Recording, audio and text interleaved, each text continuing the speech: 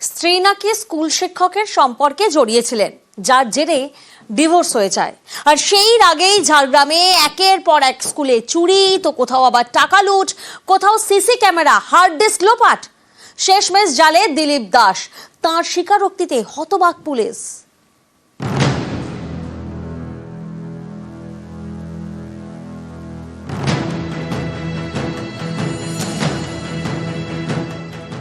ঝাড়গ্রামের লালগড়, এখানেই রামগড় মোক্ষদা সুন্দরী উচ্চ বিদ্যালয়।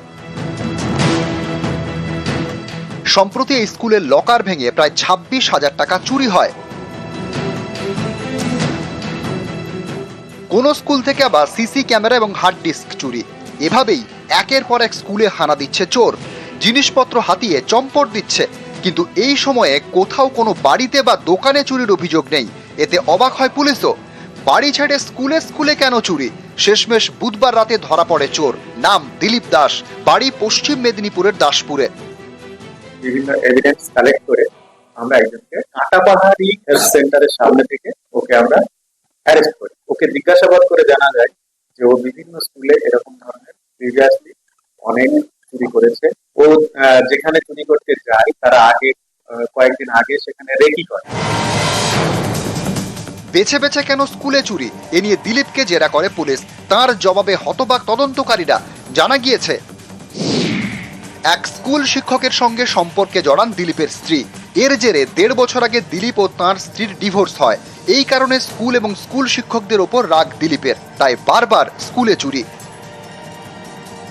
পুলিশের দাবি, জেরায় দিলীপ জানিয়েছে এখনো পর্যন্ত 100-রও বেশি স্কুলে সে চুরি করেছে। বৃহস্পতিবার দিলীপকে তোলা হয় ঝাড়গ্রাম মহকুমা আদালতে। তাকে 5 দিন পুলিশ হেফাজতে রাখার নির্দেশ দেন বিচারক। একজন আসামি অ্যারেস্ট হয়ে এসছে, তার টেন্ডেন্সি হচ্ছে স্কুলের টাকা চুরি করা। ওই জন্য আজকে পুলিশ ওকে অ্যারেস্ট করে পাঠিয়ে 5 দিন বেশি এলাও হয়েছে। তো ওর স্ত্রীর সাথে একজন শিক্ষকের অবৈধ সম্পর্ক ছিল, তাতে স্ত্রীর সাথে ডিভোর্স হয়ে যায়। ওই রাগেই সে স্কুলে এরকম চুরি করছেন। ঝাড়গ্রাম থেকে রাজু সিং, নিউজ 18 বাংলা। 22 লক্ষ টাকায় তৈরি হয়েছিল স্কুল বিল্ডিং। 1 বছর হয়েছে, আর 1 বছরের মধ্যে ছবিটা দেখুন। স্কুলের দেওয়ালে কিভাবে ফাটল পড়ে। এ ছবি উত্তর দিনাজপুরের ইসলামপুরের। অনেকেরই প্রশ্ন, রাজ্য সরকারি স্কুলের কাজে জেলা পরিষদের নজরদারি কোথায়? ঠিকাদারের বিরুদ্ধে কেন কোনো ব্যবস্থা নিল না জেলা পরিষদ?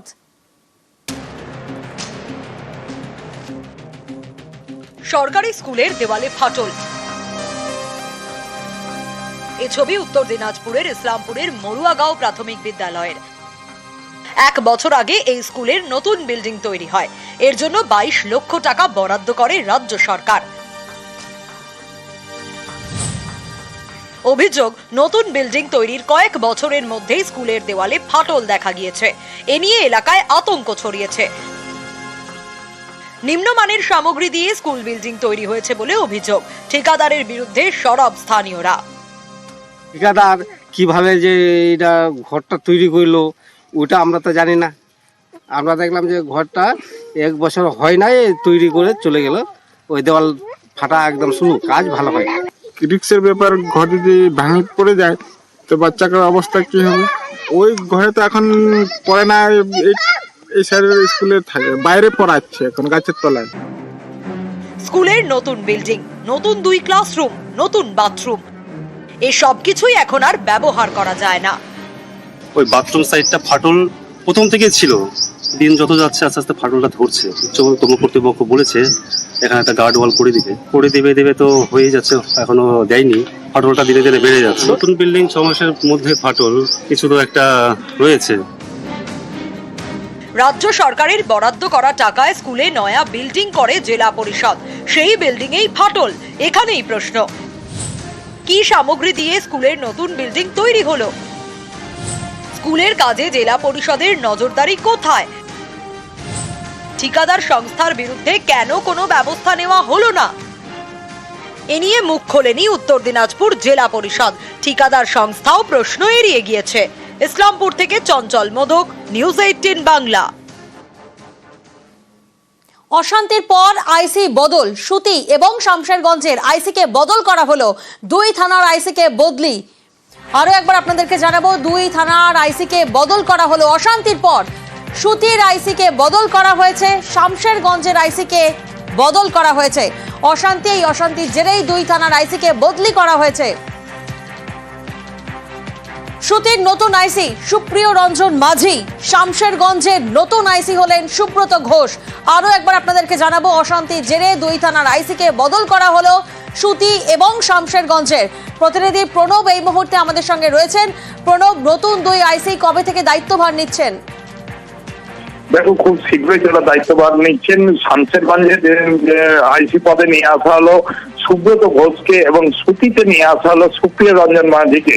শামশেরগঞ্জে এবং সুতি এই তোমার ওয়াকফ আইনের বাতিলের দাবিতে তোমার রণক্ষেত্র হয়ে ওঠে, অগ্নিগর্ভ হয়ে ওঠে। তাই নিয়ে কিন্তু পুলিশের ভূমিকা নিয়ে প্রশ্ন উঠেছিল। তারপরে কিন্তু সুতি শামশেরগঞ্জ থেকে শঙ্কর শিবপ্রসাদ ঘোষকে সরিয়ে সুব্রত ঘোষকে নিয়ে আসা হলো এবং সুতিতে বিজন রায়কে সরিয়ে তোমার সুপ্রিয় মাঝিকে নিয়ে আসা হলো।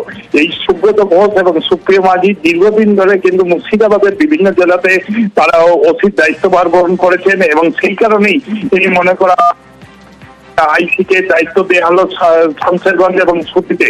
এবং এলাকার মানুষেরাও কিন্তু আশা করছেন কিছুটা হলেও শান্তি এবার ফিরে আসবে। বেশ, মুর্শিদাবাদের অশান্তির জের 2 আইসিকে বদল করা হয়েছে। অন্যদিকে মুর্শিদাবাদের অশান্তি নিয়ে সরব মুখ্যমন্ত্রী। টাকা ছড়িয়ে দুষ্কৃতীদের দিয়ে অশান্তি, ঘোলা জলে মাছ ধরার চেষ্টা করছে অনেকেই। নাম না করে আজ ফের বিরোধীদের আক্রমণ মুখ্যমন্ত্রীর। দাঙ্গা তৈরি করা হয় কিছু ক্রিমিনালসদের দিয়ে, এটা মাথায় রাখবেন। আজকালকার দিনে টাকা দিয়ে অনেক কিছু হয়, আবার হয়ও না। এই সমাজে যেমন ভালো মানুষ আছে, আবার ভালো সেজে ভান করারও তো নেতাদের অভাব নেই। এই সময়ে সব মাছ ধরতে বেরিয়ে পড়ে, কোনো কোনো পলিটিক্যাল নেতা বা নেত্রী মাছ ধরতেও বেরিয়ে আসে। সুতরাং আমি বলবো সবাইকে শান্ত থাকতে। ওয়াকফ আইনের প্রতিবাদের নামে তাণ্ডব, অগ্নিগর্ভ হয়ে ওঠে মুর্শিদাবাদের ধুলিয়ান। আর এখানেই তৃণমূলের একাধিক বিধায়ক এবং এক সাংসদের বাড়ি। তারা কি কিছুই আঁচ করতে পারেননি? নিচুতলা থেকে কি কোনো খবরই পাননি?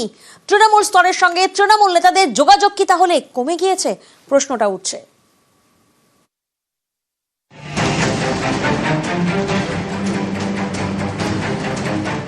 ভাঙচুর, তাণ্ডব, আগুন, লুটপাট।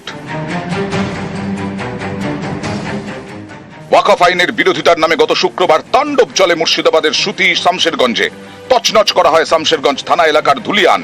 এখানকার রতনপুরে একের পর এক দোকানে লুটপাট চলে। এই ধুলিয়ানে তৃণমূলের একাধিক বিধায়ক এবং সাংসদের বাড়ি। জঙ্গিপুরের তৃণমূল সাংসদ খলিলুর রহমান, ফারাক্কার তৃণমূল বিধায়ক মনিরুল ইসলাম এবং সাগরদিঘির বিধায়ক বাইরন বিশ্বাস, এই 3 জনেরই বাড়ি ধুলিয়ানের রতনপুরে। কাছেই পুটিমারিতে থাকেন শামশেরগঞ্জের বিধায়ক আমিরুল ইসলাম।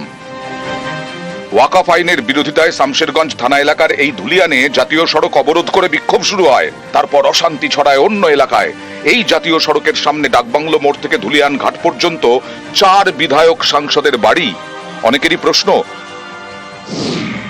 জনপ্রতিনিধিদের বাড়ির কাছে এত বড় অশান্তি হলো কিভাবে? বিশাল জমায়েতের পর মিছিল করে তাণ্ডব চলল। সাংসদ বিধায়করা কি আগে থেকে কিছুই জানতে পারেননি? দলের নিচুতলা থেকে কি কোনো খবরই পাননি? ঘটনাটা ঘটেছে শামশেরগঞ্জ ব্লকে। আজ বাইরে থেকে তারা অন্য জেলা থেকে এসছে এমনটা নয়। সাংগঠনিকভাবে আমাদের কাছে কোনো খবর ছিল না। আমাদের কাছে কেউ খবরও দেয়নি যে কি আজকে এই প্রোগ্রাম হবে। নিচুতলার নেতারা চেষ্টা করেছে। আমাদের কাছে কোনো রকম এরকম খবর আসলে এটা ঘটনা আমরা হতেই দিতাম না কোনো মতে। হঠাৎ করে কোথা থেকে যে এত স্রোতের মতো 10-12 হাজার বাচ্চারা আন্ডার 20 সবাই একদম মনে হচ্ছে ট্রেনিং করে পাঠানো হয়েছে। ব্যর্থতা ঠিক বলা ঠিকও ভুলও দুটোই আর কি। 2023-এ সাগরদিঘি বিধানসভা কেন্দ্রের উপনির্বাচনে কংগ্রেসের টিকিটে জেতেন বাইরন বিশ্বাস। পরে তৃণমূলে যোগ দেন। 2021-এর বিধানসভাই হোক বা 2024-এর লোকসভা নির্বাচন, মুর্শিদাবাদ জেলাতে তৃণমূল কংগ্রেসের ফল ছিল যথেষ্ট ভালো। তবে অনেকেই মনে করছেন বর্তমান অবস্থাতে দাঁড়িয়ে কোথাও কি গিয়ে যারা নেতারা রয়েছেন তার সঙ্গে যে সমস্ত কর্মীরা থাকেন, বিশেষ করে যারা নিচুতলার ব্লক বা টাউনের ক্ষেত্রে কাজ করেন, ফল ভালো হওয়ার কারণে তাদের কি কোথাও অতিরিক্ত আত্মবিশ্বাস জন্মে গিয়েছিল, যে কারণে আসলে নিজের এলাকাতে বা তারা যে ব্লকে বা টাউনে থাকেন সেখানে ঠিক কি হতে চলেছে সেখান থেকে দূরে সরে যাচ্ছেন? যথাযথভাবে রাজনৈতিক দলগুলোর কাছে নিজেদের যে পলিটিক্যাল ইন্টেলিজেন্স ইনপুট থাকে তা না আসাটাই কি কারণ হয়ে দাঁড়াচ্ছে, যে কারণে বারবার এই ধরনের ঘটনা ঘটলেও কোনো আগাম আঁচ তারা পাচ্ছেন না? মুর্শিদাবাদ জেলায় ফারাক্কা শামশেরগঞ্জ, কিন্তু এই দুই বিধানসভা আসন মালদা দক্ষিণ লোকসভা কেন্দ্রের মধ্যে পড়ে। এই দুই কেন্দ্রের বিধায়কই ধুলিয়ানের বাসিন্দা। তাদের বাড়ির কাছেই চলল তাণ্ডব, লুটপাট। তাদের বাড়িতেও হামলা হয় বলে অভিযোগ, কিন্তু এসবের কোনো আঁচই পাননি বিধায়করা। তাহলে কি তৃণমূল স্তরের সঙ্গে তৃণমূলের জনপ্রতিনিধিদের যোগাযোগ কমে গেছে? আমরা আজ পাইনি। আরএসএস, বিজেপি কিছু মুসলিম সম্প্রদায়ের মানুষকে উস্কানি দিয়েছে, সেটা আমরা বুঝতে পারিনি। আমি তো তৃণমূলের বিধায়ক, একজন মুসলিম, আমার বাড়ি কেন ভাঙচুর হবে? এমপি সাহেবের বাড়ি কেন ভাঙচুর হবে? বাইরন বিশ্বাসের বাড়ি কেন ভাঙচুর হবে? এখানে কোনো ব্যানার ছিল না। বাচ্চা বাচ্চা ছেলেদেরকে অর্থের বিনিময়ে এই সবগুলা করা হয়েছে। এই ঘটনাগুলো আমরা কখনোই কল্পনা করিনি, কখনোই ভাবিনি যে এরকম ঘটনা ঘটতে পারে। আমরা সবসময় ভ্রাতৃত্ববোধ, পারস্পরিক সহমর্মিতা, মৈত্রী এটা নিয়েই বড় হয়েছি। এই ওভার কনফিডেন্সটাই হয়তো এটা আমাদেরকে এটা করেছে। যে কংগ্রেসেরও কাছে তো খবরটা থাকা উচিত। 1 বছর আগে ভোটে 15,000 ভোট এখানে লিড পেল, তাদের কাছে কেন এই খবরটা থাকলো না? অনেকেরই প্রশ্ন, জনপ্রতিনিধিদের কি নিজেদের এলাকাতেই জনসংযোগে ঘাটতি? বিধায়ক সাংসদদের সঙ্গে নিচুতলার নেতাকর্মীদের কি সেরকম যোগাযোগ নেই? তাই কি এত বড় গোলমালের কোনো আঁচ পাননি সাংসদ বিধায়করা? অনেকেরই প্রশ্ন, যারা নেতারা রয়েছেন তারা কি আদৌ জনসংযোগ যথাযথ করে উঠতে পারছেন? যদি পারতেন তাহলে নিচুতলায় কি ঘটছে, কি ঘটনা ঘটে চলেছে বা ঘটবে তার একটা আগাম আঁচ পেলে সতর্ক করা যেতে পারত সকলকেই, তাহলে হয়তো ধুলিয়ানের এই পরিস্থিতি এড়ানো যেতে পারত। ক্যামেরা অসিত দাসের সাথে আবির ঘোষাল, নিউজ 18 বাংলা, মুর্শিদাবাদ।